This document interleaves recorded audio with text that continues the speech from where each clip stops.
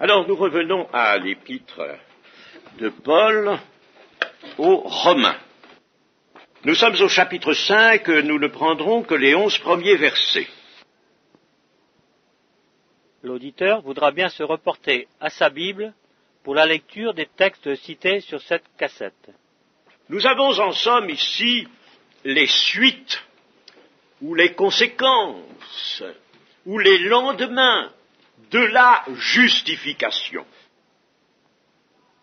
Sans la sanctification, nul ne verra le Seigneur, bien sûr, mais cela suppose, cela est dit, à des gens qui ont eu la justification. Et si vous n'ajoutez pas la sanctification, vous ne verrez pas le Seigneur. Alors, nous avons donc ici l'apôtre Paul s'empresse dans cet épître qui est un véritable traité de doctrine, de la saine doctrine, il s'empresse tout de suite de montrer les lendemains de la justification par la foi. Cette justification, qui est aussi un affranchissement du joug du péché et une régénération, doit donc avoir des lendemains qui durent. Elle est en effet, elle, la source de toutes les grâces que le Seigneur nous destine. Il ne peut pas destiner les grâces et grâces et grâces qui sont variées, nous dit l'Écriture, il ne peut pas les destiner à des gens qui ne sont pas justifiés. Mais ceux qui sont justifiés, il leur destine des grâces. Et la première des grâces, celle que ici l'apôtre veut mettre en évidence, c'est la paix. Nous avons la paix avec Dieu par notre Seigneur Jésus-Christ, à qui nous devons d'avoir eu accès par la foi, accès à cette grâce dans laquelle nous demeurons fermes. Nous avons la paix avec Dieu. Cette grâce, c'est donc la paix avec Dieu. Nous avons eu accès à la paix avec Dieu. Nous allons nous arrêter un petit moment sur la paix dont il s'agit ici, puisque l'occasion s'offre. L'apôtre a parlé précédemment, dans cet épître, de l'état de péché, de la condamnation qui en résulte, et de la colère de Dieu, le jugement de Dieu. Immanquablement, l'homme qui vit avec son péché, parce qu'il ne vient pas à Jésus-Christ, cet homme ne peut pas avoir la paix profonde en lui, bien sûr, car même s'il écarte Dieu de sa pensée, il est agité en son âme, il est soumis à des angoisses, à des peurs, à toutes sortes d'autres mouvements, et les psychologues, les psychanalystes, tous ceux qui font de la psychotechnie, tous ceux-là savent très bien quelles sont les agitations de toutes sortes. Alors on essaie d'y trouver remède par voie rationnelle, et en général, on aboutit à des résultats absolument opposés. Il y a là, n'est-ce pas, quelque chose qui échappera toujours à la main du praticien. Il y a quelque chose là qui ne peut être réglé que par la foi. Il faut donc la paix de Dieu. La justification, c'est-à-dire en somme le pardon, si vous voulez, le pardon qui écarte tous les péchés, qui fait que Dieu ne s'en souvient plus, ne veut plus s'en souvenir, cette justification qui est donc une justice placée sur l'homme, elle apporte une réconciliation, c'est-à-dire un lien avec Dieu par Jésus-Christ. La réconciliation, quand on est réconcilié avec quelqu'un, alors on est à nouveau ami avec ce quelqu'un, n'est-ce pas? Il y a une réconciliation, par conséquent, un lien avec Dieu par Jésus-Christ, et en raison de ce lien, il y a des relations devenues harmonieuses. Il y a une harmonie entre le Créateur et sa créature. on va se comprendre, parce qu'on s'aime, comme le note ici dans le verset 5, notre apôtre, l'amour de Dieu est répandu dans nos cœurs. Alors celui qui est justifié dispose de l'amour de Dieu. Alors on s'aime, donc on se comprend, on s'entend. On a la pensée de Christ, nous dit l'apôtre aussi par ailleurs. Et c'est de cette harmonie retrouvée que découle la paix. Cette paix, la paix dont il s'agit, est un état spirituel nouveau. C'est pas seulement une tranquillité du fait que les agitations cessent, les motifs d'agitation ont cessé. Non, c'est un état spirituel. Il faut bien comprendre que c'est un état spirituel qui lui-même est dépendant d'un état de perfection. Un état spirituel nouveau, et qui ne peut apparaître que lorsque Dieu a fait œuvre de justification par sa grâce. Donc, la paix naît de la grâce de Dieu, la grâce qui fait d'un homme un juste. Nous allons parler un petit peu de cette paix. Remarquons ceci, c'est que lorsqu'on lit l'Écriture, médite l'Écriture à ce sujet, on s'aperçoit qu'il y a, bien sûr, il s'agit là essentiellement d'une paix intérieure, mais qu'il y a un dépassement de cette paix, ou plutôt, si vous voulez, un pendant à cette paix, il y a une paix extérieure. Et la paix extérieure apparaît comme le signe de la paix intérieure. Nous allons voir quelques textes. Le psaume 122, verset 6. Demandez la paix de Jérusalem, que ceux qui t'aiment jouissent du repos, que la paix soit dans tes murs et la tranquillité dans tes palais. À cause de mes frères et de mes amis, je désire la paix dans ton sein. À cause de la maison de l'Éternel notre Dieu, je fais des vœux pour ton bonheur. Ici, le psalmiste a cette pensée, il exprime cette pensée que la paix a pour lieu d'apparition Jérusalem. C'est Jérusalem, et pourquoi Jérusalem ? Parce que c'est là qu'a lieu le grand sacrifice qui peut justifier tous les hommes. Et nous voyons actuellement que Jérusalem est loin d'être un sujet de paix pour le monde, parce que le monde est révolté, bien sûr, et ce qui est un sujet de paix pour les croyants est un sujet de tourment pour les autres. Et en effet, Jérusalem est une pierre pesante, dit le prophète, pour les nations. Nous allons voir maintenant dans Ésaïe. Ésaïe 54. Vous savez que le livre d'Ésaïe est un livre d'une grande richesse. Ésaïe 54, verset 8. Dans un instant de colère, je t'avais un moment dérobé ma face, mais avec un amour éternel, j'aurai compassion de toi, dit ton Rédempteur l'Éternel. Il en sera pour moi comme des eaux de Noé. J'avais juré que les eaux de Noé ne se répandraient plus sur la terre.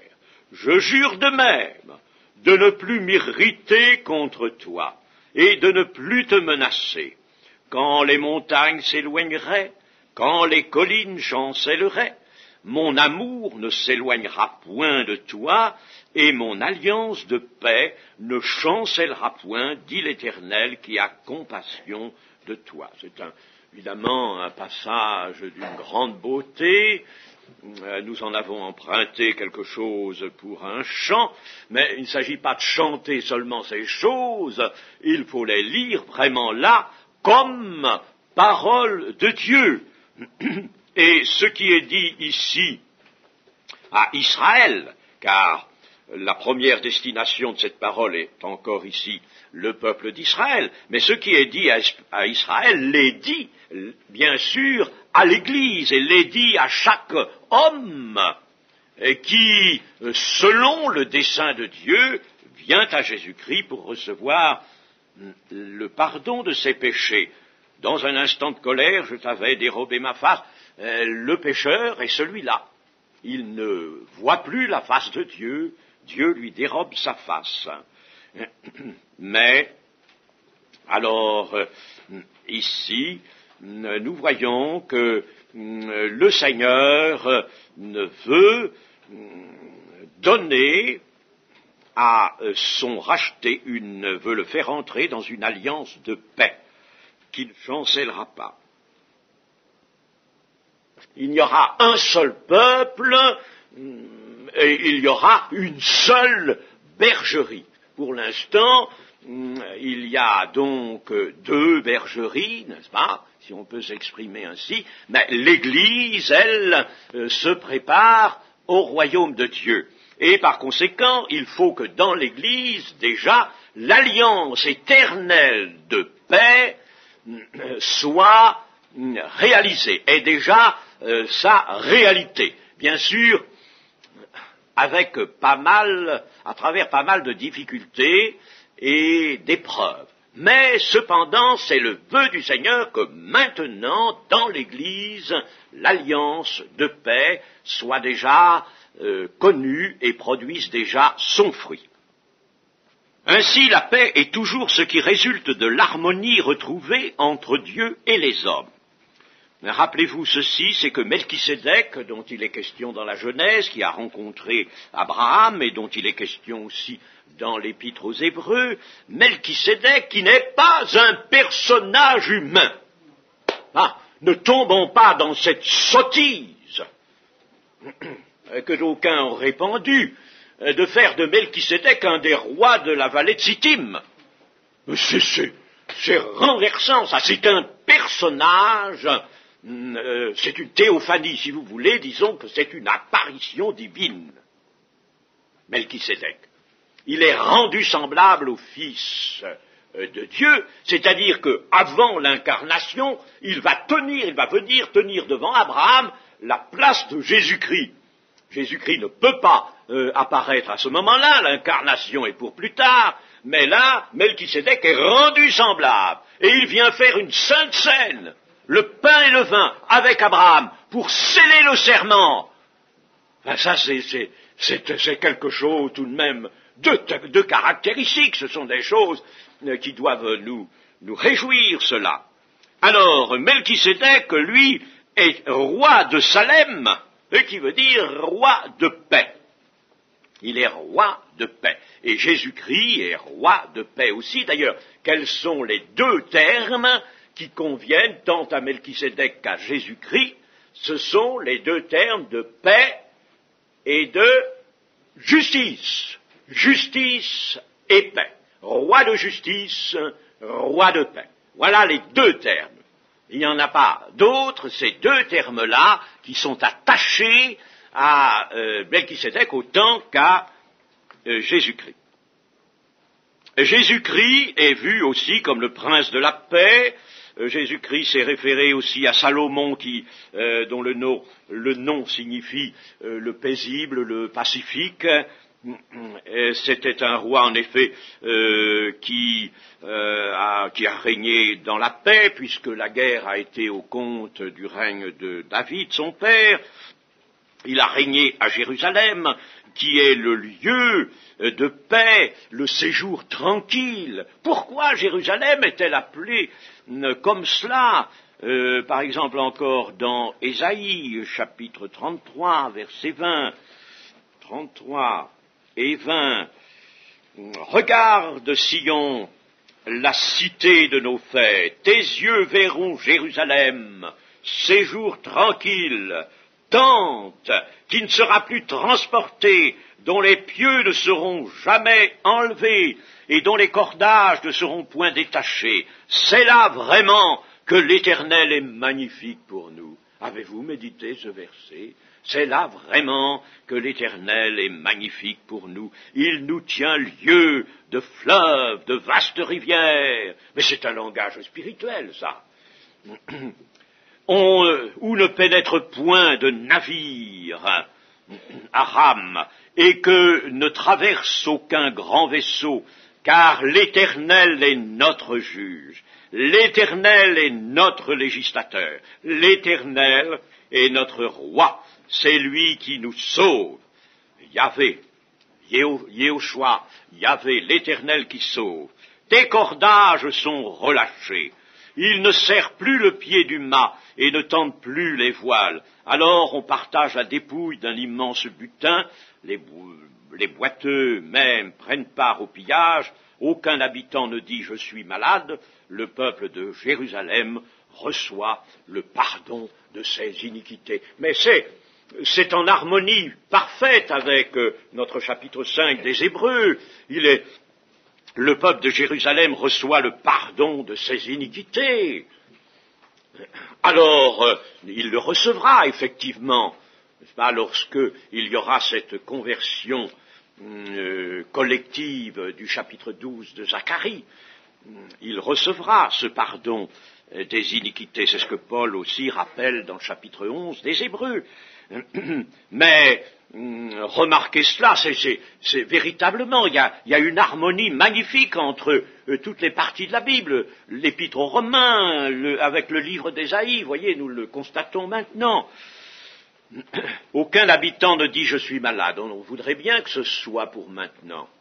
Eh bien, chers amis, selon ce que je vous ai dit tout à l'heure de l'Église par rapport au royaume de Dieu, l'Église n'est pas le royaume de Dieu, attention, si, elle doit en avoir les réalités spirituelles, mais elle n'est pas encore de façon totale, effective, à tous égards, le royaume de Dieu, mais elle en est les prémices. Alors, dans l'Église, eh bien, le Seigneur voudrait qu'aucun membre de l'Église n'ait à dire « je suis malade ». Le peuple de Jérusalem reçoit le pardon de ses iniquités. Si nous nous tenions dans la justification, mes amis, en est une preuve. Il n'y aurait pas besoin d'être malade. Je vous ai dit que dans l'Église primitive, vous voyez, personne n'était malade. Il n'est pas question de guérir les membres de l'Église. Le Seigneur Jésus n'a jamais eu besoin d'être guéri. Les apôtres non plus. Non pas. Rien ne nous signale que Pierre, que Jean ont été malades. Jean est mort à un âge très avancé. Alors, bien sûr, ce qui est dit ici au verset 24 et ce qui précède rejoint toujours le royaume de Dieu, c'est-à-dire ce que nous appelons maintenant le millénium. Le millénium qui est la manifestation concrète du royaume de Dieu.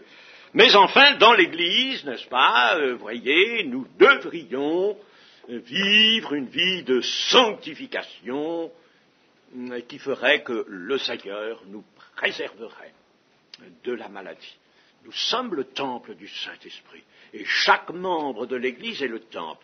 Croyez-vous que le Seigneur désire que son temple est quelque chose de travers, quelque chose qui ne va pas bien? Pas du tout. Il veut un temple qui soit solide. Nous voyons que vraiment la paix est unie à la justice, ce qui est très apparent dans des psaumes, et notamment le psaume 85. Le psaume 85. La paix et la justice vont ensemble. Jésus est roi de Salem, lui aussi roi de paix et roi de justice. Psaume 85, verset 9.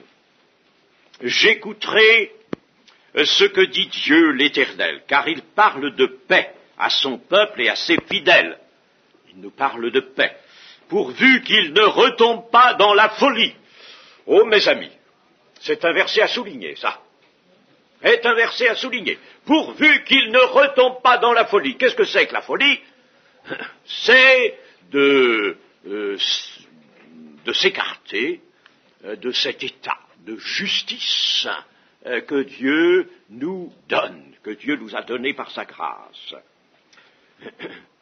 Oui, son salut est près de ceux qui le craignent. afin que la gloire habite dans notre pays. La bonté et la fidélité se rencontrent, la justice et la paix s'embrassent. Voyez-vous, il n'y a pas de paix sans la justice. Alors, toute voix discordante, aujourd'hui, dans quel que soit le lieu où cette voix s'élève, toute voix discordante parmi nous est une voix à écarter, à ne pas écouter. La justice et la paix s'embrassent. Dans l'Église, on doit veiller avec un soin jaloux à ce que la justice ne soit maintenue par tous, que tous soient effectivement des justes, et que par conséquent, rien, ni dans la vie de chacun, ni dans la vie de l'Église, ne fasse échec à la justice. Jésus est venu parce qu'il a aimé la justice, et il a pu quitter ce monde en disant « Je vous donne ma paix », parce qu'il a aimé la justice, et est venu apporter la justice. S'il met la justice dans nos cœurs et nous donne la paix, c'est pour que, par sa force, par la force de sa victoire, qu'évoque d'ailleurs l'apôtre Paul dans notre texte, nous maintenions la justice. Et il n'est pas question d'autre chose. Il ne peut pas être question d'atermoiement. Il n'est pas question d'autre chose. Il est question de justice. Et la justice, c'est l'accomplissement parfait, total de la volonté de Dieu. C'est ce à quoi il faut s'attacher, toute la volonté de Dieu. Et je vous dis, n'importe quelle parole qui se voudrait restrictive à ce sujet est une parole diabolique. La justice. Si l'Église n'est pas le lieu de la justice, alors l'Église ne se connaît pas. Et l'Église elle-même offense gravement son Seigneur. Il a aimé la justice. Il est venu l'établir dans les cœurs. Il est mort, il a payé, c'est ce que nous rappelle ici Paul, pour que cette justice fût établie dans les cœurs, d'abord, dans les cœurs, au fond des cœurs, c'est ça la justification. Et pour qu'il y ait la paix, je vous donne ma paix, je ne vous la donne pas comme le monde la donne. Le monde, il en fait un idéal même. Et puis, enfin, bref, sa paix, nous savons ce qu'elle vaut. Mais même s'il rêve d'une paix entre les hommes ou entre les nations, c'est un idéal. Tandis que là, je vous donne ma paix, c'est une réalité de Dieu. C'est une grâce de Dieu qui est en conséquence de la justification. En conséquence de ce que Dieu d'abord fait de vous des justes. Et il vous donne la paix. Et là, on pourrait tirer un trait et puis dire « Merci Seigneur, maintenant nous avons compris notre vie chrétienne. » Et que personne ne vienne à nous chanter quoi que ce soit, nous dire « Oui, mais on peut ceci, mais on peut cela. » Fuyez, enfuyez-vous, car c'est ce que l'Éternel nous dit, ce que sa parole nous dit, que nous voulons savoir, et ne savoir que cela. La prédication donc de l'Évangile est un message de retour à la paix, non pas présenté, comme je disais, comme un idéal, mais comme une réalité accomplie en Jésus-Christ. La paix suppose la présence de Christ lui-même. Vous savez qu'il est dit dans les Éphésiens, il est notre paix, il est notre paix. La justice, c'est Jésus en nous. La paix, c'est aussi Jésus en nous. Les deux choses se tiennent, n'est-ce pas? Et c'est la présence de Jésus qui nous vaut la paix. Alors pour nos amis, chers amis, et nous sommes loin de les regarder avec quelques sentiments, mettons, de méfiance, pas du tout. Les amis qui ne goûtent pas maintenant la paix. Et il y en a parmi nous qui sont venus ici pour retrouver, je pense, la paix avec, dans leur cœur, dans leur vie, mais ceux qui jusqu'ici ne l'ont pas connue, qu'ils ne se découragent pas du tout, mais qu'ils sachent que c'est en s'abandonnant à Jésus-Christ vraiment quoi qu'on leur dise, quoi qu'ils entendent, ils s'abandonnent à Jésus-Christ et qu'ils croient de toute leur force que Jésus-Christ a remporté pour eux une victoire décisive qui est la leur, alors c'est en croyant de cette manière, en s'approchant de Jésus, en restant liés à lui, qu'ils trouveront cette paix par la victoire qui apparaîtra. La victoire contre le monde et tout ce qui vient du monde, tout ce qui vient du péché, c'est notre foi. Deux choses sont à confronter, c'est ce qui résulte de notre passage, les dispositions du cœur de l'homme qui est justifié envers Dieu, et cela, alors l'apôtre Paul va le traiter dans son chapitre 8 des Romains. Il va nous parler des dispositions du cœur de l'homme justifié, et nous allons voir que ces dispositions, elles sont nettes, elles sont formelles.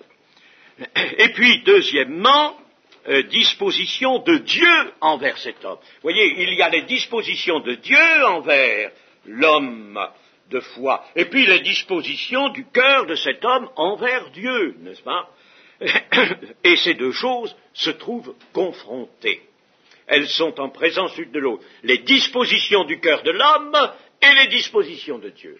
Et les deux se rejoignent. Il faut, n'est-ce pas, qu'il y ait de chaque côté les heureuses du côté de Dieu. Alors là, bien sûr, nous le savons, et c'est dans le texte que je vous ai donné ici, lui, Dieu est fidèle, il ne se renie pas lui-même. Alors, du côté de Dieu, les dispositions de Dieu envers le chrétien, elles sont immuables. Mais, encore est-il que le chrétien n'en jouira que si lui apporte à Dieu, envers Dieu, des dispositions qui sont celles dont Paul va parler dans son chapitre 8, marcher et vivre selon l'esprit et non selon la chair. Nous allons voir encore un peu quelque chose dans notre épître. Je voudrais surtout vous parler d'abord des afflictions, les afflictions, au verset 3. Bien plus, nous nous glorifions même des afflictions, sachant que l'affliction produit la persévérance. Alors, chers amis, une grave méprise s'est répandue dans le monde évangélique, et il faudrait tout de même que la Pentecôte ne fasse pas sien ce mécompte, cette erreur. On a dit que les afflictions, toutes les afflictions que l'on rencontre dans la vie, eh bien, elles produisent la persévérance. C'est pas vrai. Il y a des afflictions et qui, loin de produire la persévérance, font le contraire, tentent à saper la foi et l'espérance. La foi et l'espérance se tiennent. Voilà encore deux choses qui se tiennent. L'espérance aide la foi et la foi contribue à l'espérance. D'ailleurs, si ce sont des afflictions qui proviennent de nos inconséquences, de nos offenses, de notre manque de constance dans la marche, si ce sont des afflictions que nous nous donnons à nous-mêmes parce que nous sommes faibles, parce que nous ne sommes pas fermes, nous sommes faibles. Eh bien, alors, ces afflictions-là ne produiront que le contraire de la persévérance. Mais il s'agit ici des afflictions que l'on a à éprouver du fait que l'on est témoin du Seigneur. C'est dans le témoignage, c'est dans la vie chrétienne, parce qu'on vit la vie de foi, que l'on est exposé à des afflictions. Dans la même épître, là, l'apôtre Paul nous dira, si nous souffrons avec Christ, comme il a souffert lui-même, des mêmes souffrances, et Christ n'a jamais souffert des conséquences du péché. Alors, mes amis, il ne s'agit pas par conséquent de toutes les afflictions. C'est pas vrai du tout. Il s'agit des afflictions qui nous viennent précisément de notre obéissance. Alors, ces afflictions, provenant du combat de la foi, produisent la persévérance, et la persévérance, la victoire dans l'épreuve, et cette victoire, l'espérance. Nous avons deux passages qui nous parlent des afflictions dues aux épreuves. C'est le premier passage est dans le chapitre 1 de Jacques, versets 2 à 4, et l'autre dans la première épître de Pierre, au chapitre 1 également. Mais vous les connaissez, je pense. Je vais maintenant au verset 9. À plus forte raison donc, maintenant que nous sommes justifiés par son sang, serons-nous sauvés par lui de la colère. Car si lorsque nous étions ennemis, nous avons été réconciliés avec Dieu par la mort de son Fils, à plus forte raison, étant réconciliés, serons-nous sauvés par sa vie. Entendez bien ce qui est écrit là, sauvés par sa vie, c'est-à-dire sauvés par les forces nouvelles d'une vie de résurrection qui agit en nous. La vie de Christ doit devenir la nôtre, et il faut qu'elle devienne la nôtre. Christ est ma vie, il faut qu'elle devienne la nôtre. Voilà le résultat d'une vie victorieuse par la foi. Il faut que la vie de Christ soit en nous, et c'est ainsi que nous sommes sauvés. Celui qui n'a pas en lui la vie de Christ, ou en qui la vie de Christ tend à s'évader parce qu'il marche mal, eh bien celui-là, on ne peut pas dire qu'il est dans la voie vraiment du salut. Il faut être sauvé par la vie. Nous avons été justifiés par son sang, dit le verset 9, par le sang, donc la mort du Seigneur a été pour nous l'expiation qui nous vaut le pardon de nos péchés, mais sa résurrection et l'entrée dans une vie qui ne se perd plus, j'étais mort et je suis vivant au siècle des siècles, cette vie nous est autant utile que la mort du Seigneur. Il faut les deux. Elle nous est indispensable, et il faut, si nous avons la crucifixion, que nous ayons aussi la vie de Christ en nous. Et par conséquent, vous voyez, n'est-ce pas, la sanctification sera d'ailleurs l'œuvre de Christ en nous, l'espérance de la gloire. Que le Seigneur le permette. Amen.